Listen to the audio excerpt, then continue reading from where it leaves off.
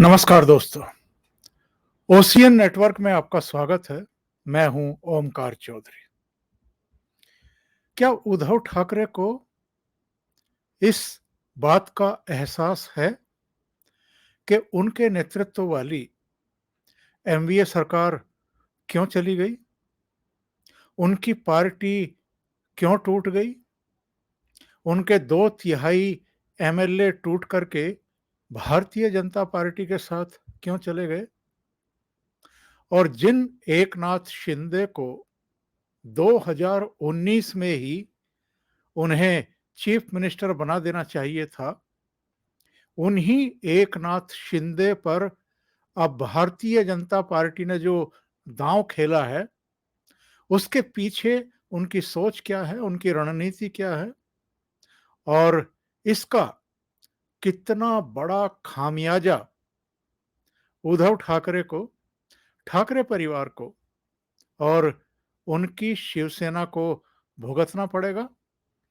Bharatiya Janata party के नेतृत्व को इस बात का भी एहसास है कि जो फैसला उन्होंने लिया है उससे पूर्व मुख्यमंत्री और इस समय मुख्यमंत्री पद के स्वाभाविक दावेदार देवेंद्र फडणवीस भी कोई संतुष्ट और खुश नहीं हैं।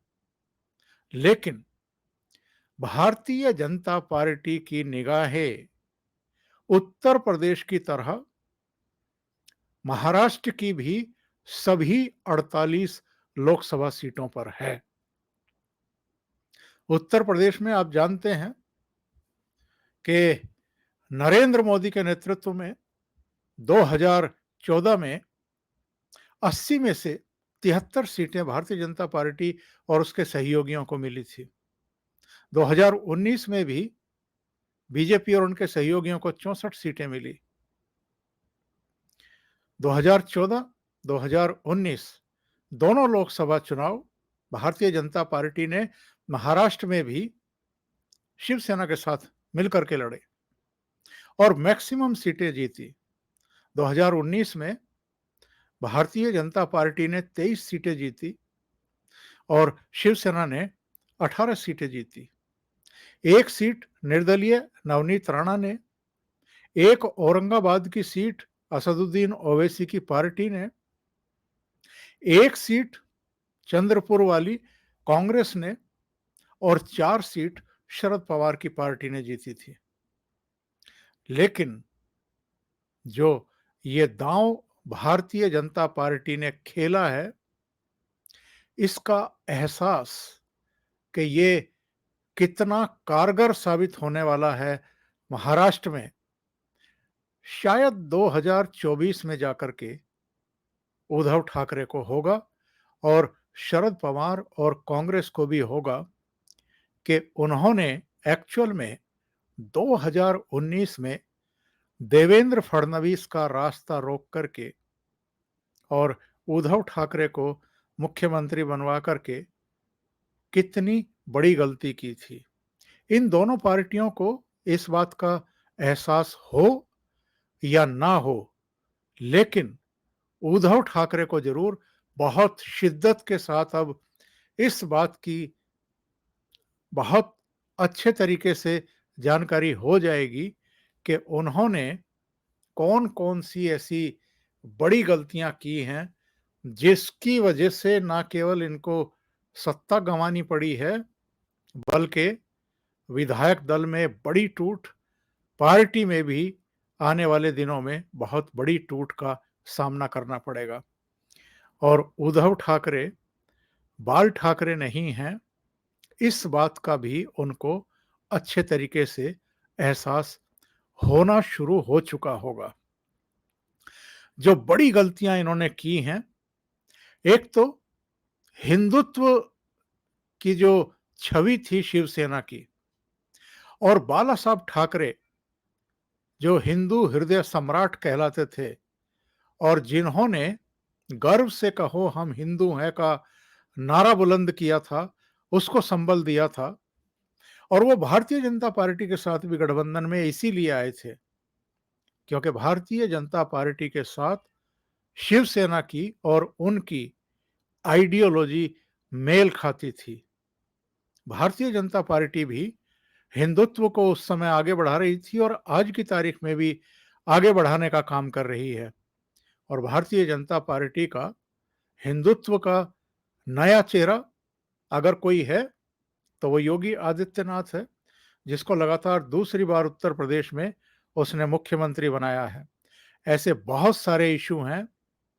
जब से शिवसेना ने भारतीय जनता पार्टी के साथ अपना गठबंधन तोड़ा, उसने कांग्रेस के और एनसीपी के सुर में सुर मिला करके या सोनिया गांधी और शरद पवार को खुश करने के लिए, खुश रखने के लिए, संतुष्ट रखने के लिए भाजपा सरकार द्वारा किए गए कार्यों, लिए गए फैसलों की भी आलोचना की है।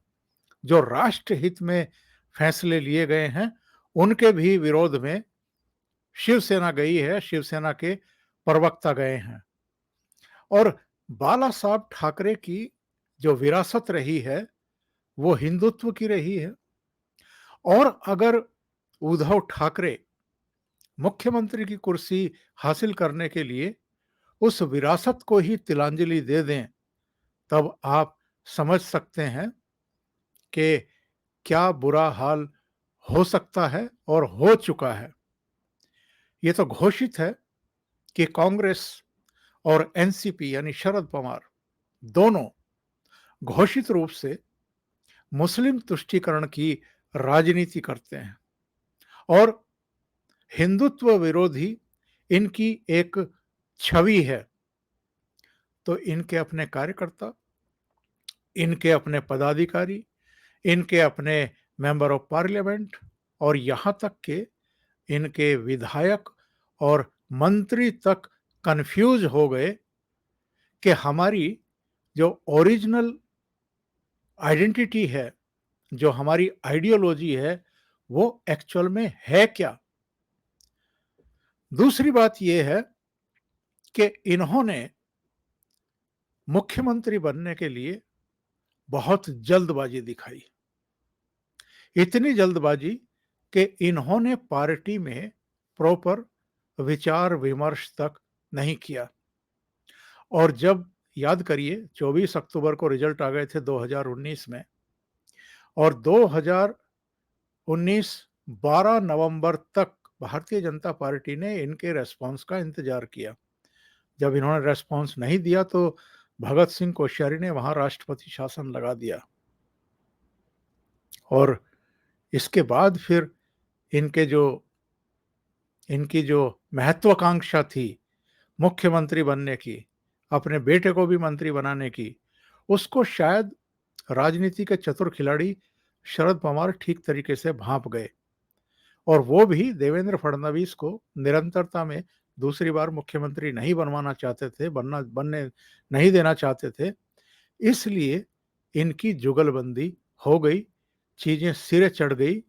और उसके बाद जब सरकार बन गई तो इन्होंने जो हिंदुत्व की एक पहचान थी, जो बाला साहब ठाकरे की एक विरासत थी, उससे मुंह मोड़ लिया और शरद पवार ने इनको एक तरीके से अपने एजेंडे पर आगे चलाना शुरू कर दिया।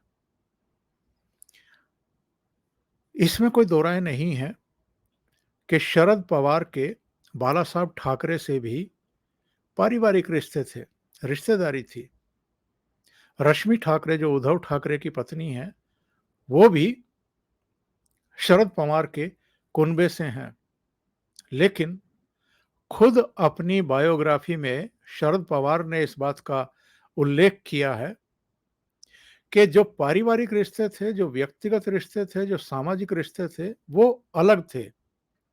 हम मिल बैठ करके खाना भी खाते थे, मजाक भी करते थे, मिलना जुलना होता था, हर तरह की चीजें थी, हर तरह के समारोह में आना जाना था। लेकिन जहां तक राजनीति की बात है, तो सबसे बड़े मेरे राजनीतिक अगर शत्रु थे महाराष्ट्र में, तो वो बाला साहब ठाकरे थे। तो जो कुछ शरद पवार ने अपनी किताब में लिखा, उसको अगर बाला साहब के ठाकरे के सुपुत्र ही ना समझ पाए हों, तो फिर सवाल है कि किसकी गलती है? आपके होंगे भारतीय जनता पार्टी से मतभेद, लेकिन बाला साहब ठाकरे के रहते हुए कभी भी भारतीय जनता पार्टी से अलगाव की स्थिति क्यों नहीं आई? मतभेद तब भी होते थे, तब भी तनाव होते थे। कई बार प्रमोद महाजन, कई बार गोपीनाथ मुंडे, कई बार दूसरे नेता भी मातोश्री जाते थे, बाला साहब ठाकरे से मिलते थे, चीजें सुलझ जाती थी। लेकिन उद्धव ठाकरे या तो अपने लिए भी ठीक वैसा ही सम्मान चाहते थे भारतीय जनता पार्टी की मौजूदा लीडरशिप से, जैसा वो बाल ठाकरे को दिया करती थी, या फिर जो क्वालिटी बाला साहब ठाकरे में थी, वो इनमें कहीं दूर-दूर तक नहीं थी और ये अपने आप को बाला साहब ठाकरे ही समझने लगे थे।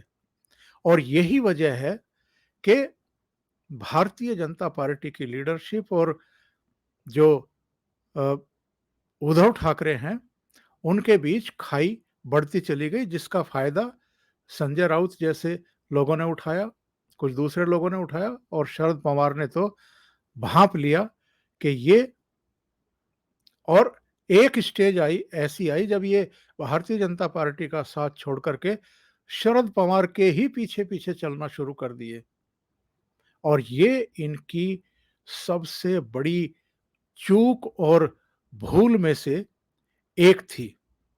ज़रा याद करिए कि भारतीय जनता पार्टी और शिवसेना के बीच में एक्चुअल में रिश्ता कैसा था? एक भाईचारा था, एक समझ-बूझ थी, एक सम्मान था एक-दूसरे का और उसको एक स्वाभाविक गठबंधन माना जाता था, एक स्वाभाविक रिश्ता माना जाता था क्योंकि दोनों एक-दूसरे को कॉम्प्लीमेंट करते थे। दोनों की विचारधारा, आइडियोलॉजी एक जैसी थी और जो दोनों पार्टियों के कार्यकर्ता थे और नेता थे, वो भी बड़े सहज भाव से एक-दूसरे को एक्सेप्ट कर लेते थे। लेकिन जो इनका ये नया गठबंधन बना कांग्रेस के साथ और एनसीपी के साथ, ये तो कहीं से ना आइडियोलॉजी को लेकर के, ना विचारधारा को लेके, ना सिद्धांतों को लेकर के, ना स्वाभाविक जो एक प्रकृति होती है, मेल-मिलाप होता है, ये तो बेमेल गठबंधन था और राजनीति के वशीभूत या स्वार्थों की पूर्ति के लिए या भारतीय जनता पार्टी को या देवेंद्र फडणवीस को सत्ता में आने से रोकने के लिए बना था। तो ये एक्चुअल में जो इनके कार्यकर्ता थे, जो विधायक थे, जो एमपी थे, उन्हीं के गले से नीचे नहीं उतर पाया। दूसरे, एकनाथ शिंदे, जिसको अब भारतीय जनता पार्टी ने मुख्यमंत्री बनाया है, वो बाला साहब ठाकरे के प्रिय थे, उनके करीबी थे। बाला साहब ठाकरे ने उनको ग्रो किया, उनका विकास किया, उन पर विश्वास किया, उनको ज़िम्मेदारियाँ सौंपी, अलग-अलग क्षेत्रों की ज़िम्मेदारियाँ सौंपी। वो कार्यकर्ताओं से मिलते थे, वो विधायकों से मिलते थे और इस 2.5 साल में भी एकनाथ शिंदे का जो शेड्यूल था, वो टूटा नहीं, वो एज़ इट इज़ चलता रहा। एकनाथ शिंदे सबसे मिलते रहे, लेकिन उद्धव ठाकरे ने सबसे मिलना बंद कर दिया। विधायकों से नहीं मिलना, मेंबर ऑफ पार्लियामेंट से नहीं मिलना, यहाँ तक कि अपने कैबिनेट के शिवसेना कोटे के मंत्रियों से भी नहीं मिलना और ये इनके लिए बहुत घातक साबित हुआ। सोशल मीडिया पर अब तो बहुत सारी बातें चलती रहती हैं, जिनमें बहुत सारे लोगों का ये कहना है कि इन्होंने 5-6 बड़ी गलतियाँ की हैं। एक गलती ये है कि खुद को ये बाला साहब ठाकरे समझ बैठे। दूसरी गलती ये है कि जिन शरद पवार पर बाला साहब ठाकरे ने कभी भरोसा नहीं किया और हमेशा कहा कि महाराष्ट्र में अगर किसी पर हम भरोसा नहीं कर सकते हैं तो वो शरद पवार है। उन शरद पवार पर उनके सुपुत्र ने आँख मूंद करके भरोसा कर लिया। तीसरे, संजय राउत, उनको ये राजनीति का चाणक्य मान बैठे और कार्यकर्ताओं को तरजीह देने के बजाय इन्होंने अपने बेटे आदित्य ठाकरे को भी कैबिनेट मंत्री बना लिया और हर जगह जहां भी प्रोग्राम होते थे और सार्वजनिक रूप से वो शामिल होते थे मुख्यमंत्री, उनके बराबर में आदित्य ठाकरे ही बैठते थे। यानी इनकी तरफ से लगातार ये संकेत दिए गए कि अब शिवसेना में किन्हीं मनोहर जोशी या किन्हीं नारायण राणे के लिए संभावनाएं नहीं हैं। जैसे दूसरी वंशवादी पार्टियों में वहां वंशानुगत पीढ़ी दर पीढ़ी अगली पीढ़ी के आदमी को आगे ले जा करके मुख्यमंत्री या प्रधानमंत्री पद का दावेदार बना दिया जाता है, ऐसे ही मेरे कुनबे में भी, मेरी शिवसेना में भी अब ऐसा ही होगा। तो इससे कार्यकर्ताओं में भी निराशा हुई और जो बाकी की लीडरशिप थी वो भी इनसे खिन्न होकर के दूर चली गई। दूसरे, एक जो बड़ी गलती आमतौर पर इस तरह की जो वंशवादी पार्टियां होती हैं वो करती हैं कि अपने कार्यकर्ताओं को अपना गुलाम समझ लेना, यानी टेकन फॉर ग्रांटेड ले लेना कि ये तो हमारे साथ रहेंगे ही। ये एक बड़ी गलती थी। एक और गलती इन्होंने की, इन्होंने नरेंद्र मोदी को और अमित शाह को अटल और अडवाणी समझ लिया और ये इनकी सबसे बड़ी गलती थी। और इनको एहसास कब हुआ कि बहुत बड़ी बड़ी गलतियां करते आ रहे हैं? जब अचानक इनको पता चला कि राज्यसभा का इलेक्शन भी हार रहे हैं, विधान परिषद का भी हार रहे हैं। रिजल्ट आने के अगले दिन टूट करके बहुत सारे एमएलए और मंत्री मुंबई से सूरत पहुंच चुके हैं, सूरत से चार्टर प्लेन के जरिए गुवाहाटी पहुंच चुके हैं। तब इनको एहसास हुआ कि हिंदुत्व को छोड़ने का इनका फैसला और कांग्रेस और एनसीपी के साथ जाने का जो इनका निर्णय था, मनमानी थी, वो इन पर कितनी भारी पड़ चुकी है।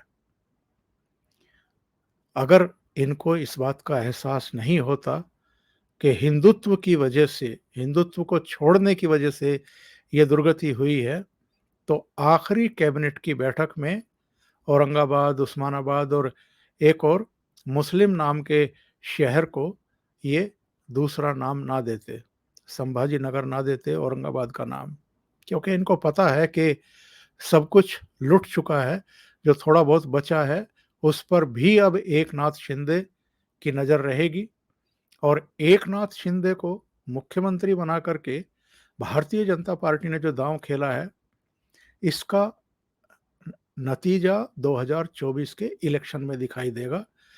शिवसेना को भारी नुकसान होगा, शरद पवार को भी नुकसान होगा क्योंकि मराठा हैं, और भारतीय जनता पार्टी जो चाहती है कि उत्तर प्रदेश की तरह महाराष्ट्र की भी मैक्सिमम लोकसभा सीटें उसके उसकी झोली में आ जाएं, उसमें वो बहुत हद तक कामयाब रहेगी। अभी के लिए इतना ही। बहुत बहुत धन्यवाद। अगर आपको ये चैनल और इसके कंटेंट पसंद आ रहे हैं तो लाइक करें, कमेंट करें, वीडियो को शेयर भी करें। अभी तक अगर आपने ये चैनल सब्सक्राइब नहीं किया है तो सब्सक्राइब कर लें और साथ में लगे बेल आइकॉन को दबा दें ताकि आगे आने वाले वीडियो और उनके नोटिफिकेशन आप तक पहुंचते रहें। बहुत बहुत धन्यवाद। नमस्कार।